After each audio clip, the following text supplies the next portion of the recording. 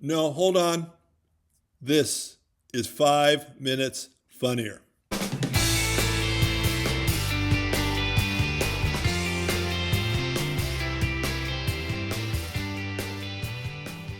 Hi, and welcome to 5 Minutes Funnier, the comedy how-to, this week hosted by Kane and Disabled. Yeah, I've been waiting since hospital to use that joke. I have a theory, and to be honest with you, I can't substantiate it in any real form, but my feeling is that comedians by and large are control freaks.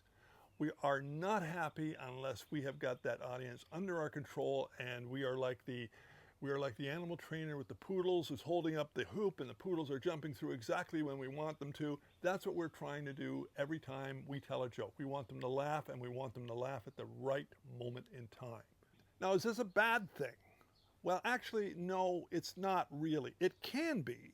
If you become so obsessive about the audience that gave you a fantastic reaction that you see every audience that doesn't give you a fantastic reaction as somehow being inferior, and you don't give a good show as a result, or even worse, you press too hard to get the laughs.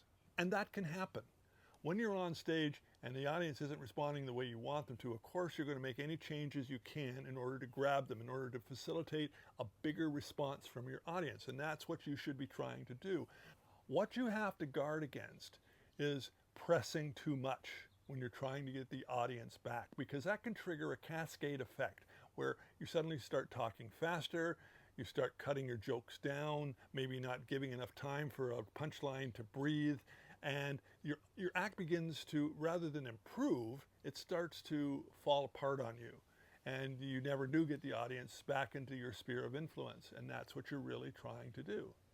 I have a friend, Tommy J. Warren, who's been doing comedy now for, I think it's close to 2 years, maybe a little bit less. And during that time, he's counted all his performances. He's appeared on stage 160 times. Over that amount of time, he has obviously developed. Now, he's been working with me for a little while, and he sent me a videotape of a show that he did where everything worked. He got a big reaction. He did everything completely right. And I said, Tommy, this is a great tape. But it's really important that when you measure your future performances, you measure not against the laughs that you got, but against your performance, because you got everything pretty much right there. Because that's the trick to what we do, is being able to reproduce the same act over and over again, because we know it's going to work. Yes, you do have to make adjustments on occasion, but by and large, you shouldn't have to reinvent the wheel every time you get up on stage.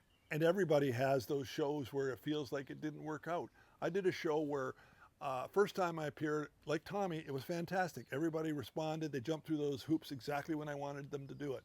The second time around, I got laughs all the way through, but it felt like I was out of sync with the audience, or the audience was out of sync with me. And I came off stage and I was grumpy because I didn't feel that I had done the show I should have done. And then I watched it and realized, no, I was fine.